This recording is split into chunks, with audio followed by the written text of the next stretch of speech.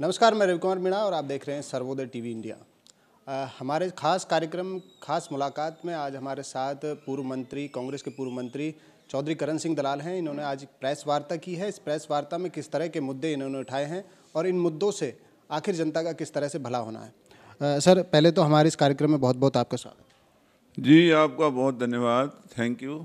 Sir, आज press वार्ता की, किस तरह के मुद्दे आपने उठाए? आज बहुत ही मजबूर होकर के जो जनहित के मुद्दों को हमने प्रेस के सामने रखा है, उनमें एक तो पलवल की जो चीनी मिल है, चीनी मिल के अंदर वहाँ जो एमडी हैं, जो जिला प्रशासन है, चाहे वो डीसी है या कोई और है, वो मिलकर के बहुत बड़ा घोटाला कर रहे हैं। घटिया किस्म की जो चीनी मिल की मशीनरी है, जहाँ भी तोड़ फोड़ होती है वो खरीदते हैं, मोटा कमीशन खाया जा रहा है। आए दिन मिल बंद रहती है और किसानों का गन्ना खेत में खड़ा हुआ है। लोगों के माथों पर पसीना आ रहा है कि अगर मिल की हालत यही रही तो ये गन्ना की पेराई नहीं हो पाएगी।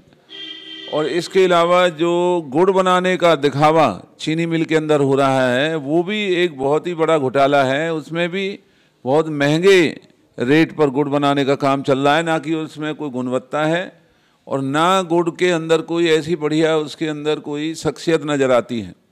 तो हमने ये मांग की है आज कि ये जो ईमानदार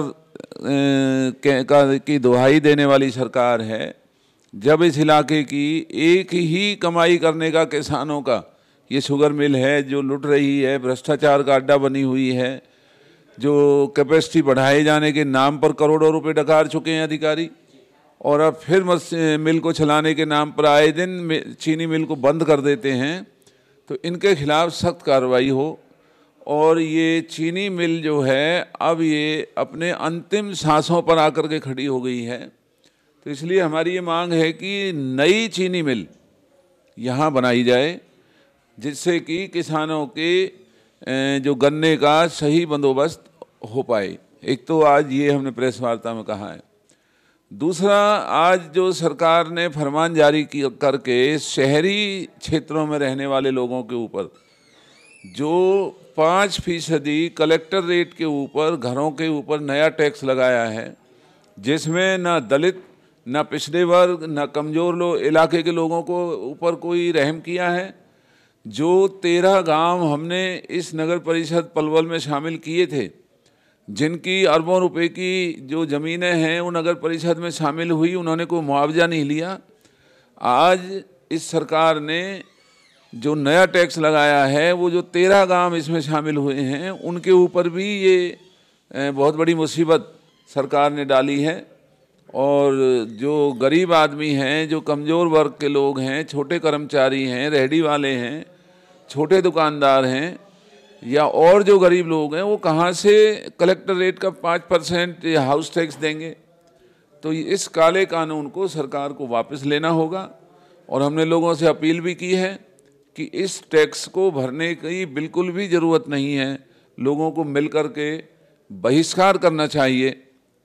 अगर ये टैक्स वापस नहीं लिया तो शहरों में रहने वाले गरीब आदमियों की कमर टूटेगी, और जो बच्चे हैं जिनको पास न रोज़गार है, न अब शहरों में कोई काम है, वो अपराध करने को मजबूर होंगे। तो इसलिए इस सरकार को ये जो टैक्स है फ़ौरन तौर पर इसे वापस लेना चाहिए। और एक हमारी मांग थी कि जो किसान जो पानी की वजह से खेतों में जो नीचे से पानी निकल आया, रिसाव आ गया, और किसान खेतीबाड़ी का काम उन खेतों में नहीं कर सके, तो जिन खेतों में पानी खड़ा हुआ है या फसलें बर्बाद हुई हैं खेतों में पानी खड़ा होने की वजह से, उन किसानों को भी मुआवजा देने का काम सरकार को करना चाहिए। हुई थी ग्रीवेंस मीटिंग में रसूलपुर पुल का मुद्दा काफ़ी ज़ोरों शोरों से उठाया गया था। तो कुछ दिन तक जब आप वहाँ धरने पर पहुँचे, उसके बाद वो काम चालू कर दिया गया, फिर दोबारा से बंद कर दिया गया। तो इस पर किस तरह की राजनीति है? ये भी एक बड़े अफसोस की बात है कि जो बरसों से ये पुल का निर्माण कार्य हमारे कांग्रेस के टाइम में मंजूर हुआ था, और आज तक वो निर्माण कार्य आधार में लटका हुआ है।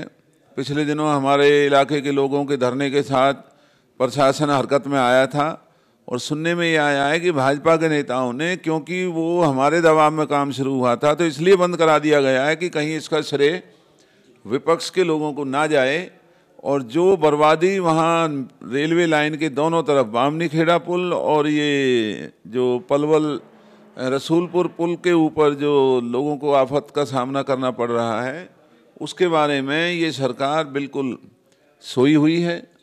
और लोग बहुत बुरी तरह से, बहन बेटियां, बुजुर्ग, स्कूलों में जाने वाले बच्चे, रिश्तेदार, सबको बहुत बड़ी आफत का सामना करना पड़ रहा है। लेकिन सरकार को कोई तरस इस इलाके के उन लोगों पर भी नहीं आ रहा जिन लोगों ने इस हरियाणा के अंदर ये निकम्मी सरकार बनाई थी। सर 2 दिन पहले आपने देखा होगा कि पूरा पलवल जाम से एक तरह से दम घुट गया था पूरे पलवल का। हर गली में, हर राष्ट्रीय राजमार्ग पर, हर चौक चौराहे पर इस तरह का जाम था कि कोई पैदल व्यक्ति भी नहीं निकल सकता। तो इस तरह के हालात कैसे बन गए और इन हालातों को सुधार करने के लिए किस तरह का काम जरूरी है? क्योंकि जो यहाँ भाजपा के नुमाइंदे हैं, जो यहाँ भाजपा के नेता हैं, कार्यकर्ता हैं, वो बहुत ही कमज़ोर लोग हैं।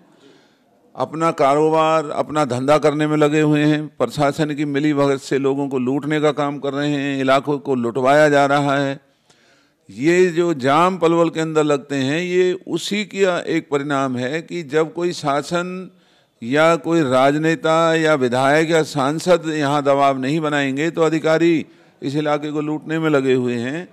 और जानबूझ करके जो यहाँ पिछले दिनों इस जाम के अंदर गाड़ियाँ निकालने का भी भाजपा के नेताओं ने पैसे ले लेकर के अपने चहेते लोगों की गाड़ियों को निकालने का काम किया, जो कि बहुत शर्म की बात है। बेचारे दूल्हे और बारात 10-10 घंटे लेट अपने उन आयोजनों में पहुंची और सरकार के कान पर जूं रेंगने तक का भी कोई काम नहीं हो रहा है। दलाल साहब, इन सब जो भी समस्याएं अब तक बनी हुई हैं, इनका आखिरकार जड़वंत इलाज क्या है? इनका केवल एक ही इलाज है कि ये जो हमारे जो इलाके के लोग हैं, अब इनको खड़ा होना पड़ेगा। वरना तो भाजपा ने जाति और धर्म की राजनीति जो जारी की है, उसमें लोगों को जातियों और धर्मों के नाम पर बांटने का काम कर रहे हैं। और हमारे उस बंटवारे की वजह से भारतीय जनता पार्टी के खिलाफ जो आंदोलन, जो एक दबाव बनाने का काम जो लोग करते हैं, उसमें बड़ी भारी दिक्कत का सामना करना पड़ रहा है।